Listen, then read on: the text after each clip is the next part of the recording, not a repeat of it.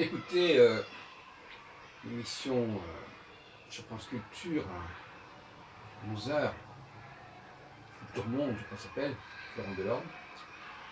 Et on parlait de Merkel, on parlait du fait que, son comportement, intéressant, parce que moi je m'intéresse beaucoup au comportement féminin, c'est intéressant. Et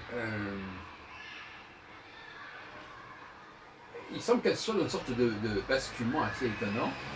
À un certain moment, elle assure une position de leader, et par exemple concernant les accords avec la Turquie, elle a pris ses responsabilités, si on peut dire, de leader. Et puis d'autres moments, par rapport au Brexit, elle dit oui, il faut que tout le monde soit là, il faut que les 27 soient là. Il semble que ça correspond à quelqu'un qui est clivé quand même quelque part.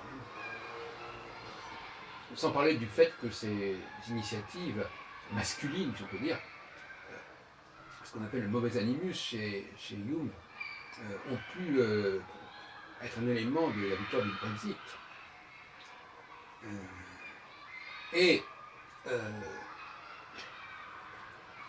Là, il s'agit au contraire de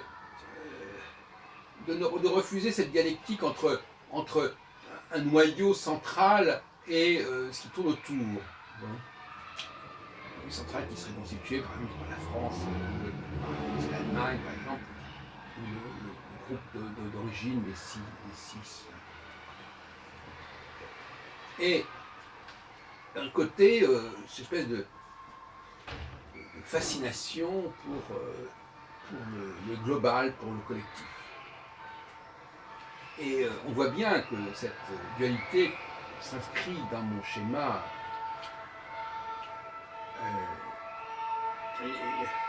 Elle a le sens de la maisonnée, on appelle ça le sens de la maisonnée, le sens de... il y a une solidarité entre l'ensemble de ceux qui sont dans le bateau. Face à une autre approche qui veut que cette maisonnée, elle s'articule autour d'un centre. Cette idée de centralité est quelque chose qui est extrêmement difficile à accepter, notamment pour les femmes. Instinctivement, elles se rendent bien compte qu'elles ne sont pas au centre, elles sont autour. Et ça, elles ne le disent peut-être pas comme ça, mais ça ressort de leur comportement, et ça ressort aussi de leur histoire et de leur situation. Être dans la maisonnée, c'est une chose.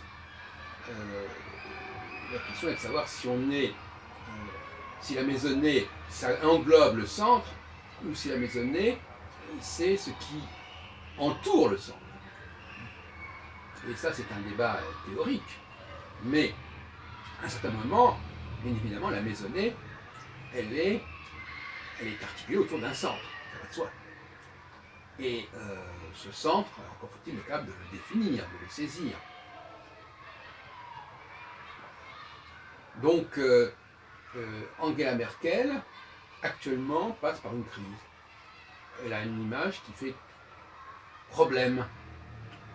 Elle est déconcertante. Et j'ai l'occasion de dire, de manière plus globale, que les femmes sont quand même des êtres un petit peu fatigants. Même quand on en connaît les lois d'ailleurs, même quand on en connaît les cycles, comme moi je le fais, c'est pas évident de se dire voilà, maintenant je sais qu'elle va entrer dans une phase comme ceci, comme cela, et qu'il y a des choses qui ne vont pas pouvoir fonctionner, ou qui vont être en attente, etc. Tout ça est un petit peu lassant, même quand, et encore pour ceux qui ne les connaissent pas, ces lois, c'est d'être plus lassant ou moins lassant. Moi, il me semble que c'est encore plus lassant quand on les connaît. Parce que quand on ne les connaît pas, on dit, bon, s'il y a un changement d'attitude, c'est peut-être parce qu'il s'est passé ceci ou cela, c'est parce que j'ai fait ceci ou cela. Mais non, là, c'est un changement qui est intrinsèque, qui est complètement déconnecté par rapport à la réalité extérieure. Un changement qui est cosmique. Donc le cosmos, il n'a rien à foutre de ce que nous faisons. Il a un programme, à telle date, tac, il y a un système qui passe par la phase suivante. Donc ça, c'est assez effrayant.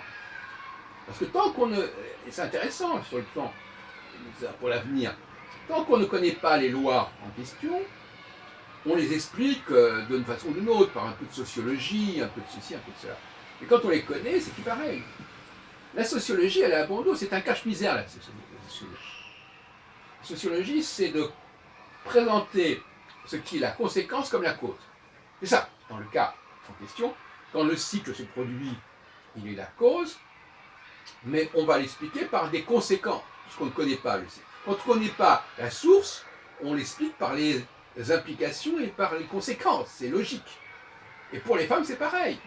Quand on ne connaît pas le processus, le fonctionnement des femmes, on va dire que c'est la société qui détermine ce fonctionnement.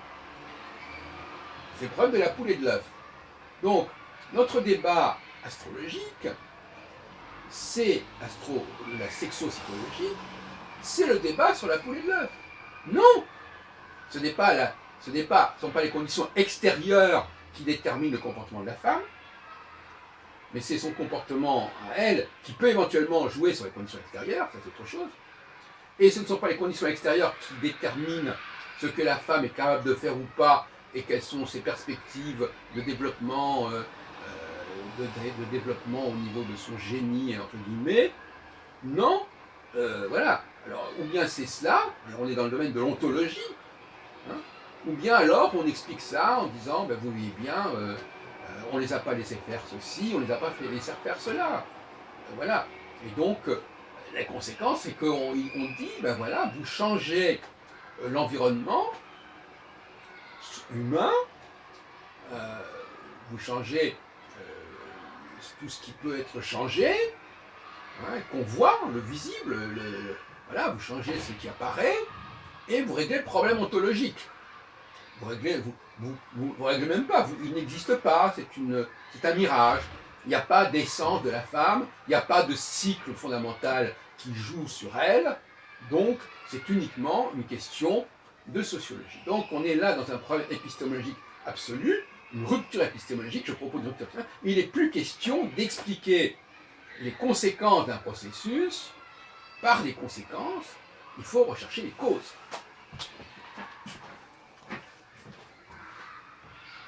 Et à ce propos, on peut se demander si les hommes n'ont pas quand même intérêt à vivre ensemble ou à travailler ensemble, parce qu'au moins, eux, ils sont beaucoup plus déterminés réellement par les objectifs, par la réalité objective extérieure, et non pas par leur subjectivité personnelle et intérieure. C'est ça le problème aussi. Et c'est pour cela que les hommes s'entendent entre eux sur la base des phénomènes objectifs et observables, et les femmes s'entendent entre elles sur la base de leur programmation intérieure, cyclique, qui est la même pour toutes les femmes, et là aussi, elles vont pouvoir communier entre elles, et elles vont pouvoir se projeter sur le monde extérieur, et le voir à travers les grilles que détermine leur cyclicité intérieure. On voit bien à quel point, même si on ne peut l'observer sans l'expliquer, ben justement, il y a des explications. Les hommes et les femmes ne fonctionnent pas de la même manière, n'ont pas les mêmes repères, et donc il est normal qu'ils se regroupent entre eux et qu'ils n'échangent de relations que de façon ponctuelle et exceptionnelle. Et très brève.